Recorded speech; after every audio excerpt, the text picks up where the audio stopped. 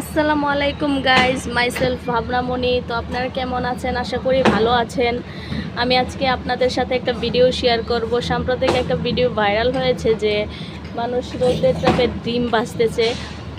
তো আমি আজকে রোদের তাপে মাছ ভেজে দেখাবো আপনাদেরকে।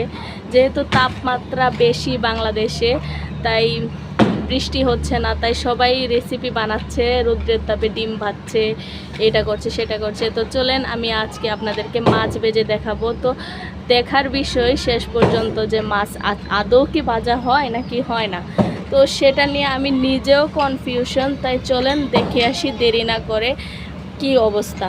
তো আমি এই কড়াইটা রেখেছি এখানে প্রায় 2 ঘন্টা আগে। 2 ঘন্টায় যা বুঝলাম ভালোই গরম হয়েছে। রোদের তাপ আসলেই বেশি। তো আমি একটা বাটিতে মাছ হলুদ লবণ দিয়ে মেখে রেখেছি। তো এখন নিয়ে আসবো, দেখবো আসলেই কি মাছ ভাজা হচ্ছে নাকি। তো চলেন নিয়ে আসলাম মাছের বাটি আর দেব রোদ্রের তাপে, দেখি কি হয়। তো আমি আসলেই বুঝতে পারছি না মাছটা কি আদৌ ভাজা হবে নাকি, দেখি।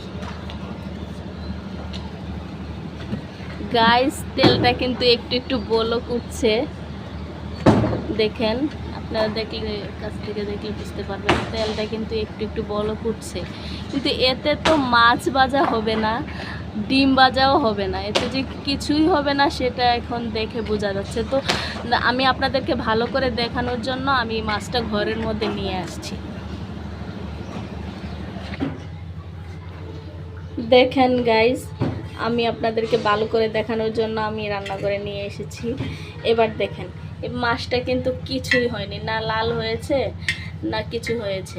তো যারা এই অনলাইনে ফেক ভিডিওগুলো ছাড়ে যে রোদ্রের তাপে মাছ ভাজতে পারছে, ডিম ভাজতে পারছে, এটা রান্না করছে ওইটা রান্না করছে, তো তাদের ধোঁকায় পড়ে আমার মতো ভিডিও বানাতে এসে আশা করি ধোঁকা খাবেন না। আমি তাদের কথা শুনে ভিডিওটা বানাতে চেয়েছিলাম। তো রোদের তাপে আদৌ রান্না করা সম্ভব না।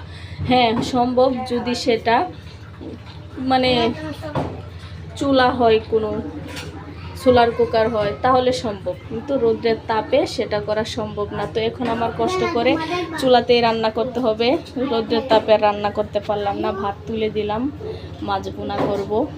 তো আমার যেহেতু এটা ছোট চ্যানেল, আপনারা আমার চ্যানেলটাকে সাপোর্টও করেন না, ভিডিওগুলো দেখেনও না, লাইকও করেন না। তো আমি আপনাদের কাছে রিকোয়েস্ট করব যে আপনারা আমার ভিডিওটা দেখবেন এবং লাইক কমেন্ট শেয়ার করবেন, যদি ভুল হয় সেটাও বলবেন। আর আপনাদের কাছে আমি একটাই আবদার করব, আমার ভিডিও বেশি বেশি দেখবেন এবং শেয়ার করবেন। ভালো থাকবেন। আসসালামু আলাইকুম। আজকে এই পর্যন্তই, বাই।